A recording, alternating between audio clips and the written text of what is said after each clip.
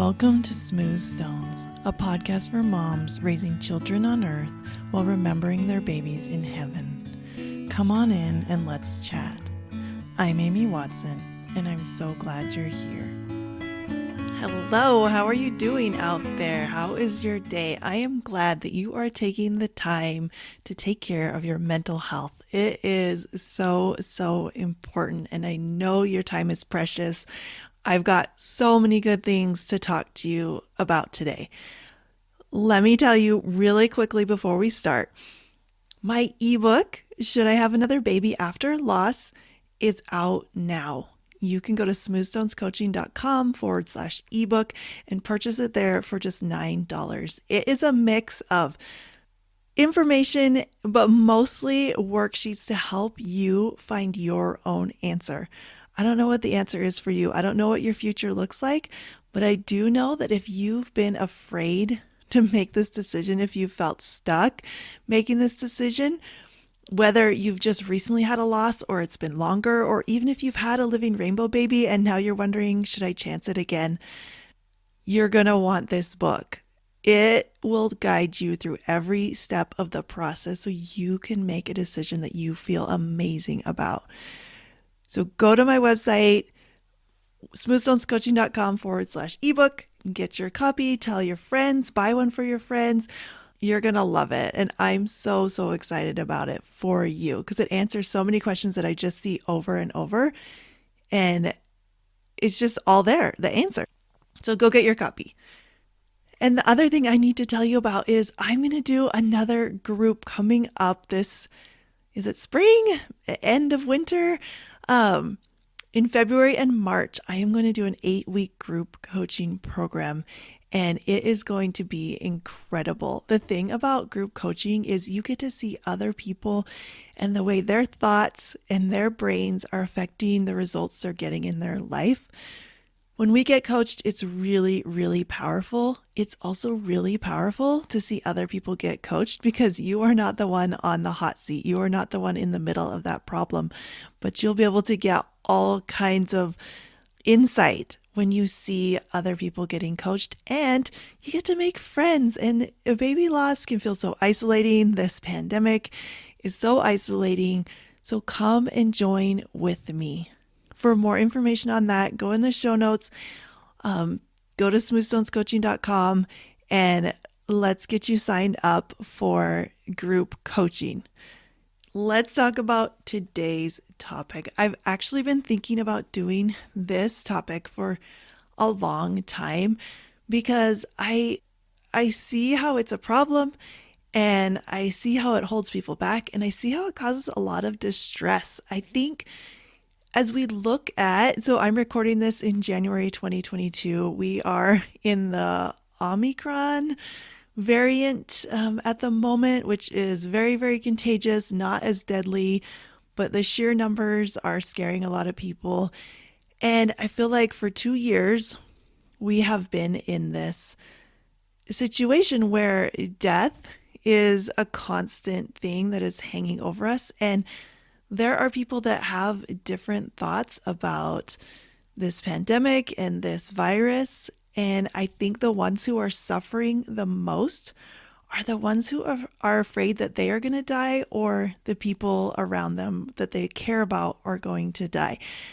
So there is like the low level anxiety and exhaustion that we all have just because of the reaction to the pandemic, like the isolation, the social distancing, the constant uncertainty and not knowing what's going to happen next and what the government's going to do and what's the vaccine going to do and when is this going to end. That's pretty common with most people. And of course, I could always coach on that.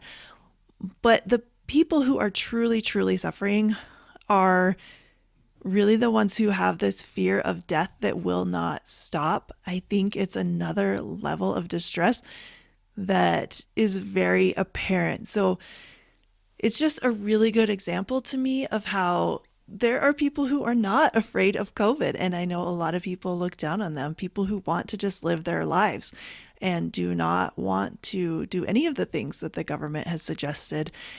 And they're frustrated with the reaction, but they're not afraid of dying.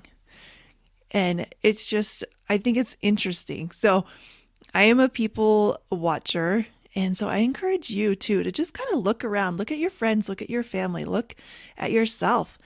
What has your reaction been, and how much of it is this fear of death that has affected the way you have experienced the last 2 years? And I'm not saying there's any right or wrong. I just think it's a really good case study for us to pay attention to and notice and really get some good information when we're curious about the different reactions people have to the COVID-19 virus. And if you're listening to this later on, and hopefully, fingers crossed, this is all over, then you can say, wow, yeah, I can look back and see how people's fear really, really affected them. Okay, so let's talk about why we fear death. There is a biological component of this. Of course, our body and our brain are designed to keep us alive, right? That survival instinct is very strong in human beings. It's strong in most creatures, and it's a part of us. We have so many systems in our body to keep us alive. So we naturally fear death because that helps us stay alive, or anything that we interpret as danger. We want to stay away from danger so that we can stay alive and perpetuate the species and all of that. And then there is the mental side of it. The mental side is the things we think about. Like I said, it has to do with, our beliefs, the way we were raised, the things we've internalized, what we think about the life after this, if there is one, what we think death is like, what we think it's going to be like if someone we love dies. There's a lot of thoughts in our head about death. And then when they are mixed up together, the biological and the mental, meaning your brain is reacting like it's going to die when there's no actual danger, or post-traumatic situations, right? We've had something happen that has been traumatic, and now our brain is like on high alert and kind of overreacting to things that are not dangerous, right? The really easy answer is a veteran who, hits the dirt when they hear a car backfire. But I want you to know that if you have trauma, if you feel like your mental and biological reactions and fears of death are a problem right now, you can heal this. There are so many ways to get your nervous system to calm down. And just like it can be hurt, it has the ability to heal. And I want you to remember that, especially if you're right in the middle of it and you feel like you're being triggered left and right. Know that you can heal. Every time you are thinking like, this is so hard and it's going to be like this forever and I don't know what I'm going to do, I want you to stop and give equal airtime to the thoughts that I can heal this. It's not always going to be like this. This is going to get better if I put in the work and if I allow for it and if I find the right thing that works for me. You can heal. All right, so we have this biological part. I want you to understand that your lower brain and your body have it covered. You got to trust them. Trust that all of these things that have been set up to keep the human race alive, they're doing a great job, right? There are a lot of humans alive right now. And there's a lot of people having kids and growing old and doing all of these things. Your brain and your body and your hormones have it covered. In the book, The Gift of Fear, Gavin de Becker talks about fear, and it's a really interesting book. It talks a lot about how women tend to dismiss their fear and dismiss their gut. They're dismissing that biological part of them where their hair stands on end on the back of their neck, or they sense something and they always put it down because they want to be nice, or they talk themselves out of it. But he also talks about this gift of how fear really does protect us. And he said, "You have the gift of a brilliant internal guardian that stands ready to warn you of hazards and guide you through risky situations." And why this is so important is because we need to know that when actual danger appears, you are going to know what to do. You are going to do the fight, flight, or freeze, right? Your body is going to take over. I think if you listen to anyone who's been through something, maybe where they're attacked, and in this book, he has a lot of stories, but your body will kick in instantly. It's amazing what it's been designed to do. And so you can trust that your body will take care of you in that situation. And I think that takes a lot of pressure off, right? Especially if you're one that worries a lot about something bad happening to you. Or I know I used to really get scared at night, like that someone would break into my house or like try to hurt me or my kids, or like, how would I get out of there? What would I do? And I just decided I'll figure it out then. It doesn't help me to sit here awake worrying about that kind of thing. I do the best I can. I'm going to keep my doors locked. There's all these things I can do to keep my home safe. And then I got to trust that if a bad guy comes in, which is super rare, but if it did, that I would know what to do, that I would make the best decision, and that my brain and my body would protect me. So that's what I want for you. I want you to let go of some of these things that are the biological fear and trust your body. Like if you get COVID, I think at this point a lot more people have gotten it than they thought, and they were really, really scared of getting it, and then they got it, and maybe it wasn't that bad, or maybe it was kind of bad, but you dealt with it, right? You did it. You had doctors, you had help, you had medicine, you got through it, and you're okay. And even if someone in your family was not okay, you're dealing with that. We don't need to spend a ton of time questioning what we would do. We just got to trust that when we get there, we'll deal with it. And that thought goes along with so many things. I talk a lot about this with my pregnancy after loss clients.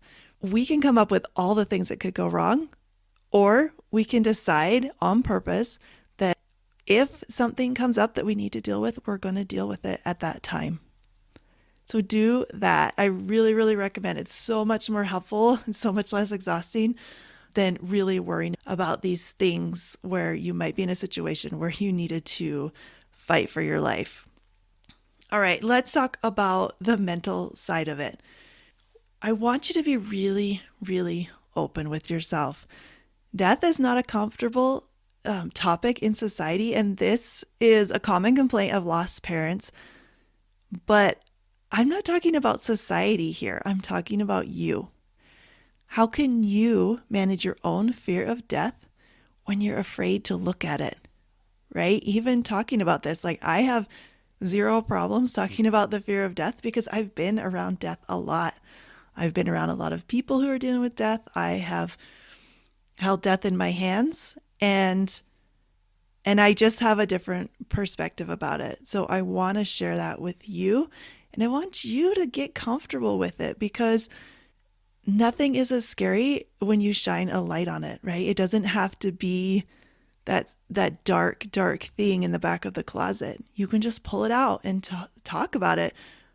Why am I afraid of dying? Now, a lot of us, we have the fear of other people dying. And this is super common when you've been through this. You know firsthand how heartbreaking and excruciating it can be when someone you love dies, and you don't want to experience it again. Let's talk about why it's a problem when you're really focused on other people passing away. First, you are hyper aware of what could happen. I see this a lot if you've got living kids and you've lost babies.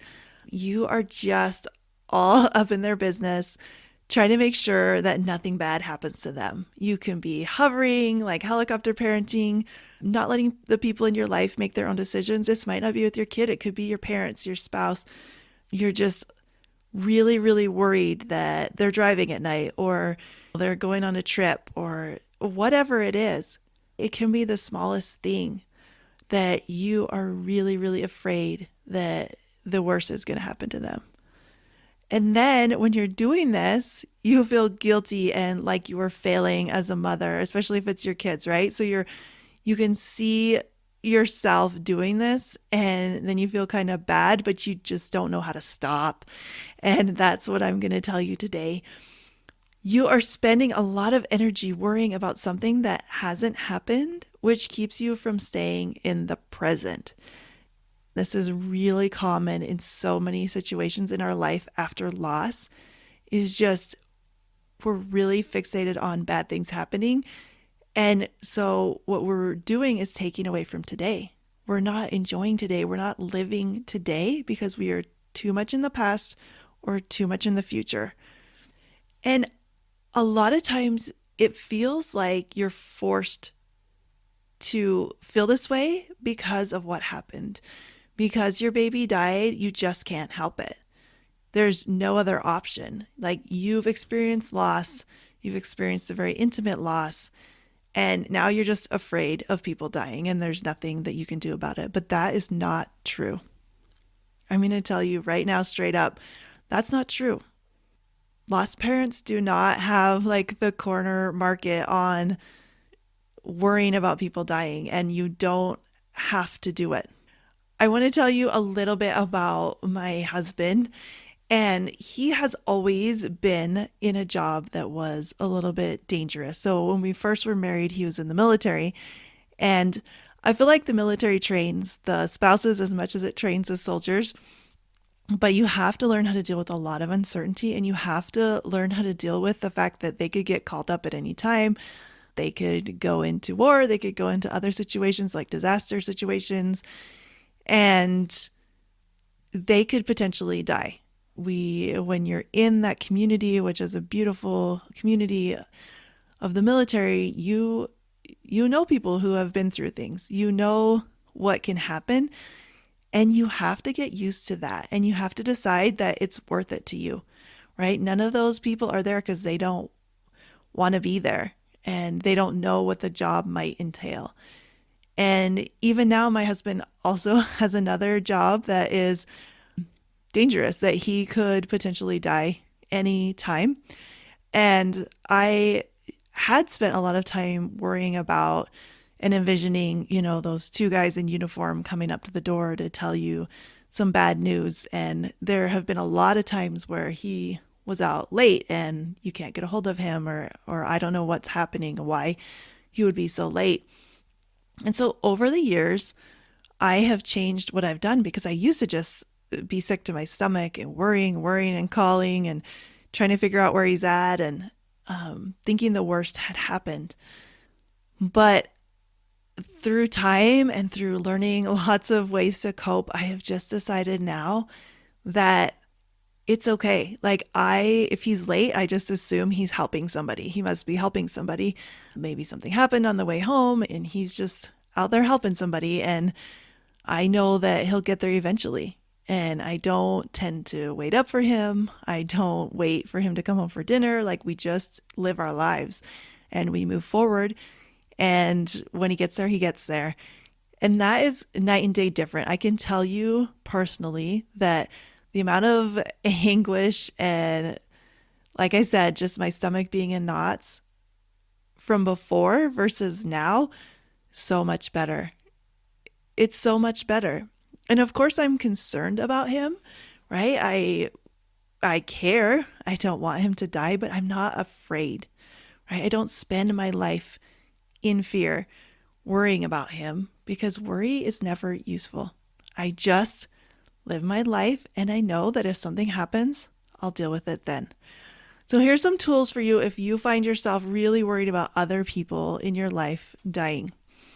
Number 1, notice what is happening. Be aware of your body and the sensations that are going on inside of it. So that would be the worry, that would be the stomach, that would be, maybe even your heart racing and different things. So when you notice that, don't tighten against those feelings. Don't tighten against what's happening. Just let it be. Let it be there and find a thought that helps you process through. Like, I feel XYZ in my body because I'm thinking XYZ. This could be your kids up on the tippy top of the playground and just about to, go down the fireman pole, that it just seems it's so scary. And all of a sudden you tighten up. Just notice, take a deep breath and say, I'm feeling a little terrified because I'm thinking my child isn't going to be able to successfully navigate this playground. Now, number 2, question the racing thoughts. Are they true? Are they useful? Now, be really careful with this one because these thoughts seem really useful, right? It seems like I need to run and protect my child. This is dangerous. But really, it's not. You probably don't have time to get over there before they make their choices. And you need to just be super honest and be objective. And this is a point where in this example, like, you might need to run over there and save your kid. But for the most part, usually they do fine. You got to let them live their lives. And you got to live your life. And you got to let them learn and grow and make mistakes and fall down and go through all the things we went through as kids. And trust that they're going to be okay. And the third tip is shake it off and move on with your day. So whatever happened, shake it off. Maybe physically, like, move, do something, and then keep going. Just say, I noticed I felt that fear. This is why I'm afraid. And I'm going to shake it off and I'm going to keep going. The goal is not to never feel fear.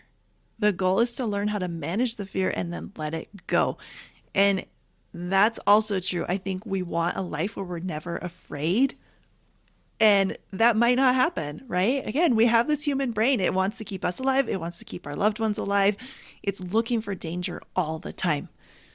And then we have a lot of thoughts in our head about what's happening. So of course we're going to be afraid sometimes. But it's okay if you just ease into the fact that it's a natural part of life and you be really focused on, what am I actually afraid of? Is it really true? And then you can just let it go, float away, and move out of that reaction. Let's talk about fear of your own death. Why are you afraid of this? I want you to answer this question. Like, pause it, write it down, think about it. Why are you afraid of dying? And what are your beliefs about what happens after this life? That might factor into it, right? If you think you're going to be burning in hell, if you think all these negative things that might happen after this life, that might feed into why you're afraid. Now, if you don't know or you aren't sure about what happens after this life, I want you to know that you can make up something that you like. So none of us absolutely know this for sure. So it's all on faith anyway. So whatever your vision for the afterlife is, you really get to make it up. Even if you're super strong in a certain religion or whatever, it's still faith, because none of us have done it and none of us have been there and came back to tell the tale. Now, except let's talk a little bit about near-death experience books. Now, I'm going to ask you, have you read any of these? I read a few. I know there are a lot. I know some people get really into them. I read a few of them, and it was really, really interesting, because what most people say is it was kind of awesome in that afterlife area, right? And that it was beautiful and warm, and there was people there that they loved, and they kind of didn't want to come back, right? I don't remember any of the stories I've read where people were like, I hated it and I was terrified. No, they felt amazing, and they chose to come back, but not because it wasn't amazing there, but just for whatever reason, or they were told they couldn't stay and that they needed to come back. And so really they would have like stayed there and been happy, but they came back to Earth and have shared their story. So I want to share my own sort of near-death experience. It's not traditional, I guess, but after I had my D&C with River, I did lose an incredible amount of blood and was taken to the hospital. So I was in like the surgery center, got wheeled into the hospital. Long story short, I did not have enough blood to have any blood pressure. So I had no blood pressure. They couldn't get a hold of my doctor. And so I was sitting there with no blood pressure. There were a lot of alarms going off. There were a lot of doctors in my room. And I remember my husband just telling me, keep your eyes open, keep your eyes open, keep your eyes open. And I remember just feeling really, really tired and just wanting to close my eyes, which is why he kept telling me to open them. He was very, very concerned. So I don't take this lightly, that I think that's probably one of the hardest times in his life. But for me, I just felt tired. Like I just was like, I could go to sleep. I wasn't afraid, even though, like I said, it was a little bit crazy having this like wall of doctors in there, like trying to figure out what to do, how to help me. But I just remember feeling a lot of calm and a lot of peace. I'm still here. I'm good. They got me what I needed. But I always think back to that and how like it was not scary for me. It was scary for everyone watching, but it was not scary for me. And I think that my beliefs play into this. And at some point, I'm going to do an episode. Actually, maybe next week, we're going to do an episode about my beliefs. But I believe that there is a beautiful life after this and that we get to see our loved ones. And it's good. I believe that people who die are way happier than we are here, right? We're the ones who are suffering. We're the ones who are grieving. We are missing people. And I was reading a story on Instagram of a mom and how she had been really, really afraid of death. Her and her husband had talked about how afraid they were of dying. And then they were talking and realized that like now they have someone to meet them there. Now they have someone, their baby, that will be with them if they go on to the other side. And so that's kind of something they can look forward to. So I think your beliefs are really going to affect how you feel about your own death. And so if you want to find peace, if your beliefs that you have now are not bringing you peace, I want you to really look at that and explore that. And it doesn't have to be a big like spiritual rediscovery journey thing, but just really think, what do I think happens and how is it affecting me today? Now, the other side of us passing away is our fear of leaving people behind. And what really can help you with this is understanding the people you leave behind, if this happens, which again, we're not going to get ahead of ourselves, but they're going to handle it. Yes, it will be hard. They will be sad. They will grieve, but they're going to be okay. And maybe more than okay. I have a friend who lost her mom as a teenager, and she's now a coach for other young adults who have been through this. I have another friend, Rachel from 3 and 30. If you haven't listened to her podcast, it's so good. But her mom battled breast cancer for a really long time, most of her childhood, and ended up passing away. And she left such a legacy and built so much empathy into Rachel. And it's hard. Of course, she misses her mom all the time, every day. But she's doing great. And even if, as I was looking at these examples, it's not always roses. It's going to be tough. And people might be a mess and they might end up like addicted to drugs and not handling their grief very well and all of these things. But you know what? That's their life. As hard as it is, that's what it was supposed to be. It was supposed to be like that if that happens. And just easing into your loved ones are going to have the life they're supposed to. And if that means they lose you at some point, that's okay. It really is. Our job isn't to live forever so the people who love us never have to feel pain. Our job is to be the favorite version of ourselves in the time that we have. So live your life fully and love with your whole heart with reckless abandon. Yes, you will get hurt, but there's no downside to embracing everything that this life has in store for us. Believe that you can't die 1 second sooner than you are supposed to, and neither can the people in your life. We can't know when that time will come or how it will come, and there is so much power in releasing the need to control that.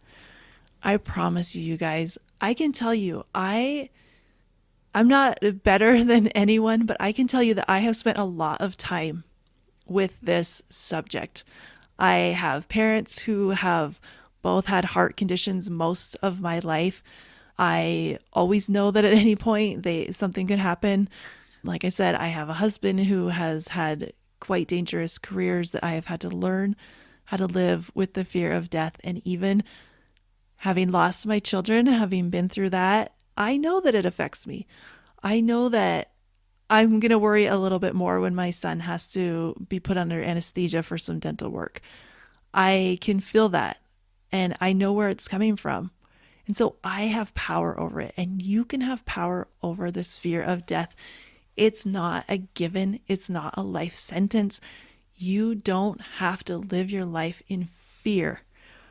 The whole reason I have this podcast is to show you that you have every option available to you. Your life after loss can be incredible.